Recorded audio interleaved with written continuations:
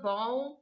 Então, olha só, como eu prometi na última aula, esse videozinho vai ser apenas para correção dos exercícios do livro 1, tá? Eu sei que alguns professores já começaram o livro 2, mas a gente precisa, né, corrigir os exercícios aí do livro 1 para a gente passar para o livro 2, né? Então, deixei bastante tempo para vocês fazerem. Ninguém tem desculpinha aqui que não conseguiu fazer, porque tem mais de uma semana aí que eu deixei vocês fazendo esses exercícios. Tudo bem? Então, vamos começar aí.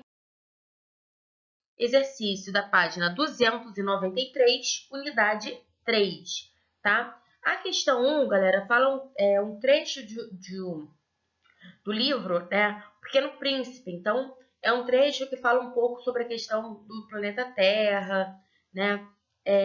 Sobre a questão da luminosidade, enfim.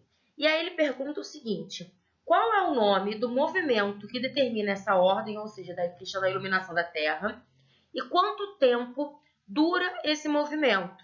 Então, esse movimento é a rotação, né? Que é quando a Terra gira em torno do seu próprio eixo, e a duração são 23 dias,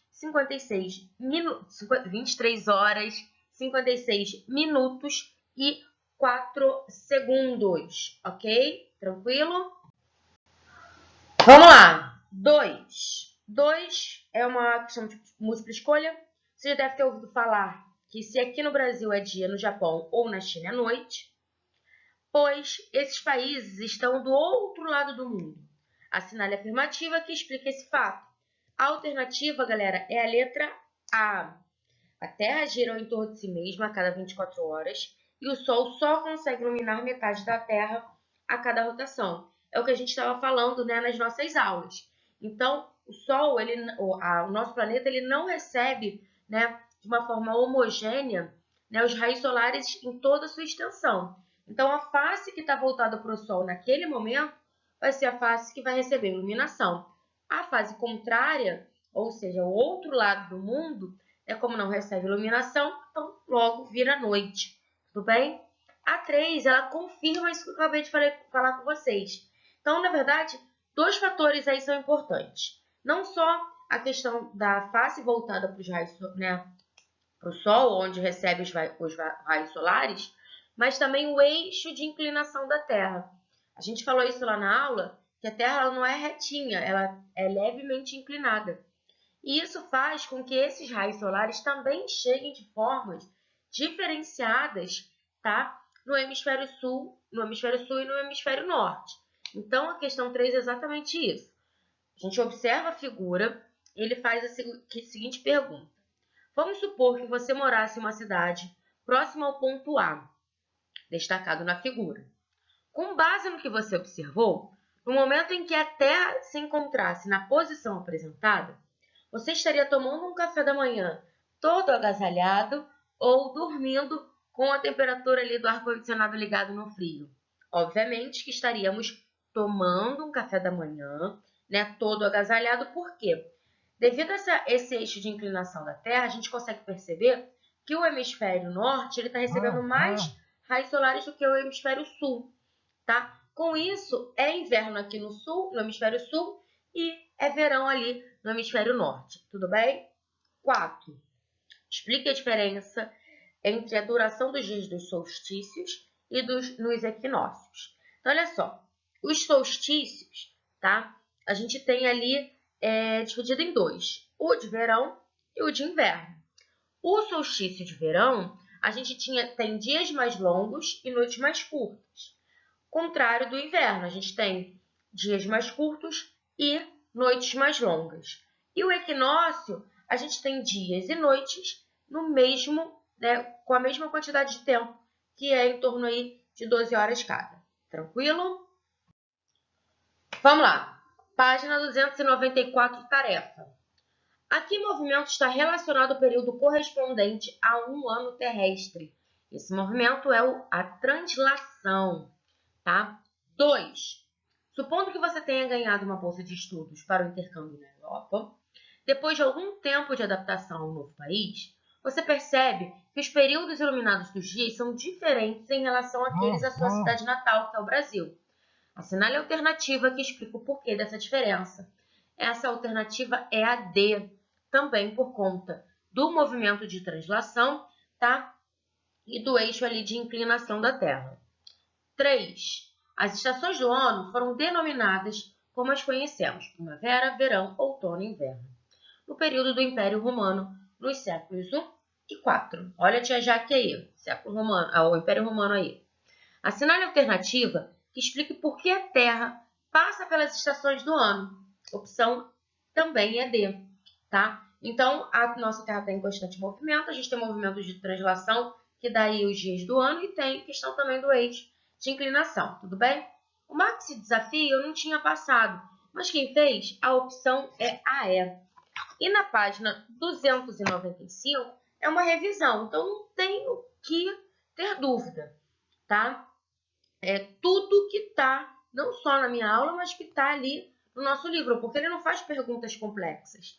Ele faz perguntas muito simples. Por exemplo, explicar o movimento de rotação, né? O movimento de translação. Então, qualquer dúvida, falem comigo ali nas nossas redes de comunicação. Tudo bem?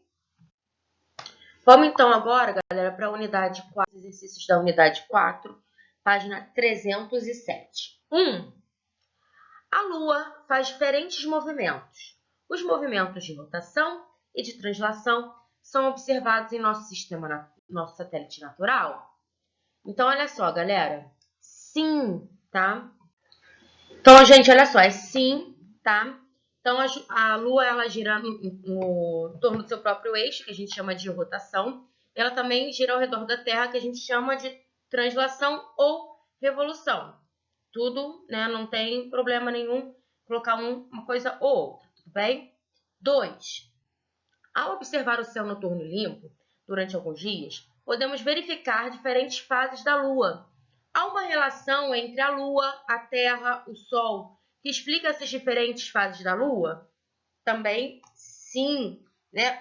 A gente, na verdade, precisa que a Lua, o Sol e a Terra, né, estejam ali em posições, né, diferentes, né, principalmente a Terra e a Lua, já que a Lua não tem iluminação, ela vai precisar então da iluminação do Sol, né, só para a gente fazer esse adendo aí, né? E aí, como ocorre essa incidência solar, né, ela vai influenciar nessas fases da Lua. Então, ó, vocês podem colocar o seguinte: sim, as fases da Lua estão diretamente relacionadas a esses três astros e suas posições no espaço. A Lua orbita a Terra, que também se move tanto ao redor do seu eixo quanto ao redor do Sol. As posições da Terra e da Lua determinam como é a incidência de luz solar, influencia as fases da Lua. Foi? 3. No esquema a seguir, a posição C da Lua corresponde à Lua nova, indica as fases a seguir. Então, olha só, começamos na C, Lua nova. Então, vamos lá. A D é a lua quarto minguante, a A é a lua cheia e a B é lua quarto crescente, tudo bem? 4. Geralmente, em noites de lua cheia, nem precisamos de iluminação artificial para nos guiar em meio à escuridão, pois somos orientados pela luz desse corpo celeste. De onde vem o brilho da lua, né? O brilho da lua vem do Sol, né? Lembrando que o Sol é um astro luminoso, né? E a Lua é um astro iluminado pelo Sol, tá? Relacione sua resposta com o eclipse lunar. Então, olha só, no eclipse lunar, a Lua ela fica numa região, né, de sombra da Terra.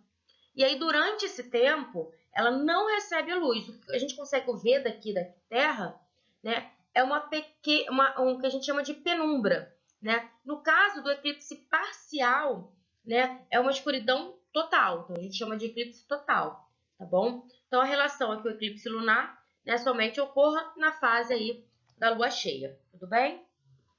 A 5, ela é muito legal. Ela fala que, né, tem ali uma cidade litorânea e a prefeitura ela decide montar um deck nessa praia, né? E pede ajuda ali, um planejamento para um cientista, e você vai ser o cientista, você mesmo. Então, na A, ela fala o seguinte: para que o mar não invada o cais, a prefeitura precisa construí-lo mais distante do mar do que a maior distância alcançada pela água, né, durante o mês. Que fase da Lua deve ser avaliada, né, analisada ali por você, o cientista, para saber até onde a água alcança. Então, olha só, para fazer essa análise, eu preciso esperar a maré cheia. E a partir da maré cheia, eu consigo aí identificar até onde a água alcança, tá? A maré cheia, galera, ela geralmente, né, a gente tem mais índices de maré cheia nas luas cheias e lua nova, ok? Essa é a resposta.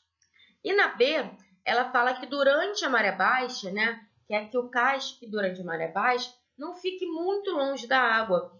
E pergunta qual fase da lua a gente tem que observar para ver o mar se retraindo. Então, é crescente e minguante. Tudo bem? Vamos lá, gente. 6.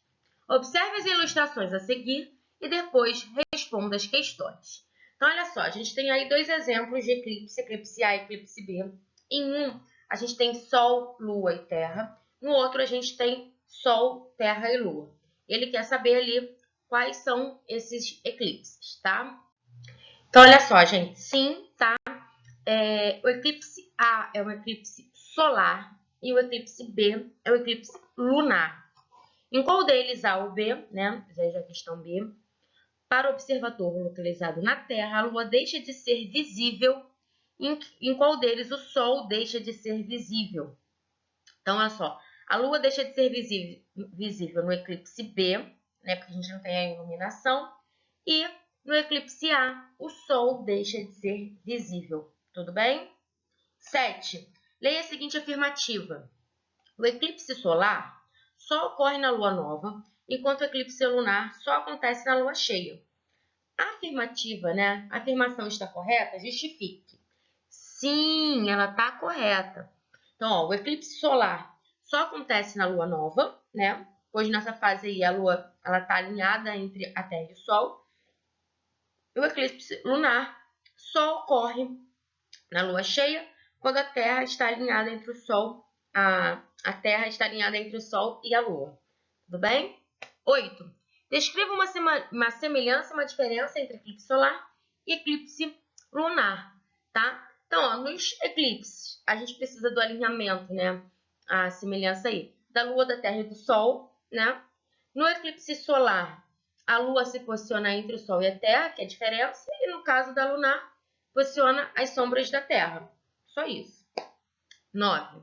Se analisássemos superficialmente o ciclo lunar com as fases da Lua e a posição dela, da Terra e do Sol, poderíamos concluir que todo mês haveria um eclipse lunar e outro solar. Mas, na realidade, isso não acontece. Por quê? Galera, isso não acontece porque os planos de órbita da Lua ao redor da Terra, né, e da Terra ao redor do Sol, elas têm inclinações diferentes. Né? Elas não se alinham com tanta frequência, não. Se vocês entrarem, eu falei isso para vocês, se vocês entrarem no site da NASA, eles dão lá todos os eclipses que a gente vai ter durante aí o ano, os anos, enfim. Tá? 10. Qual é a consequência do fato dos movimentos da rotação da Lua e da translação do satélite ao redor da Terra apresentarem um mesmo período de duração? Então, olha só, a consequência é que a Lua ela sempre vai ter o mesmo lado, ou seja, a mesma face voltada aqui para a Terra. A gente não consegue ver o outro lado, né? A gente chama de lado oculto. Então, a gente sempre vai ter o mesmo lado da Lua voltado aqui para o nosso planeta. Tudo bem? 1 da tarefa, ainda da página 308. A Lua, satélite natural da Terra, também está em constante movimento. Quais são os 3 principais movimentos da Lua? A gente já tinha falado, a gente tem a translação, né, ao redor do Sol, né, que vai acompanhando a Terra junto com isso. A gente tem o movimento de translação ao redor da Terra, o movimento de rotação e esse outro movimento de translação a gente pode também chamar de movimento de revolução. Tudo bem? Vamos lá. O 2, na página 309, ele dá um trecho de uma reportagem. E aí ele fala, né, que com base ele baseado no texto, a gente sempre vê, uma das maiores curiosidades é sempre ver sempre o mesmo lado da Lua. Ele pede para você pegar uma parte do texto que fale exatamente sobre isso, sobre esse fenômeno. O trecho é o seguinte, galera. Ao longo do tempo, a interação gravitacional entre os dois corpos celestes fez com que o satélite ficasse trancado em uma espécie de sincronização entre os seus períodos de rotação, aí fica, né, o giro da Lua em torno de si mesma, e de translação, a volta em que ela dá ao retorno do planeta. Os dois levam um pouco menos de 4 semanas para serem completados. Esse é o trecho, tudo bem? Questão 3. A figura representada... Desculpa, a figura... Estou sem óculos, vou achar meu óculos daqui a pouco. A figura representa a Lua em diferentes posições de sua órbita ao redor da Terra. Começando pela Lua nova, as fases da Lua ocorrem em que ordem? Isso é igual àquela questão que a gente fez. A opção aí, né, dessa questão... Então, vamos lá, gente. A opção é a nova, crescente, cheia e minguante. Tudo bem? Fui lá pegar o óculos. Qual é a ordem de ocorrência das fases da Lua a partir da Lua nova? Na verdade, essa questão é igual à questão 3, né? Então, a mesma coisa. Nova, crescente, cheia e minguante. 5. O Sol, a gente tem ali uma imagem, uma figura. O Sol e a Lua têm grande influência nas marés, mas a da Lua é maior porque está muito mais próxima da Terra. As duas fases da Lua que causam as marés mais altas são cheia e nova. Vamos lá, olha só, o Maxi Desafio eu não tinha passado, então eu vou falando só os gabaritos para vocês, tá? Questão 1 é a opção D.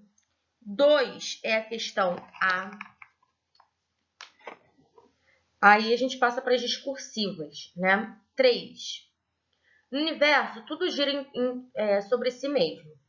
Pode girar depressa como Júpiter, ou o dia dura somente... Nossa, ficou horrível. Vamos lá. Então vamos começar de novo. O nosso livro está um pouco afastado, não estou conseguindo ler direito. Vamos lá. No universo, tudo gira em torno de si mesmo.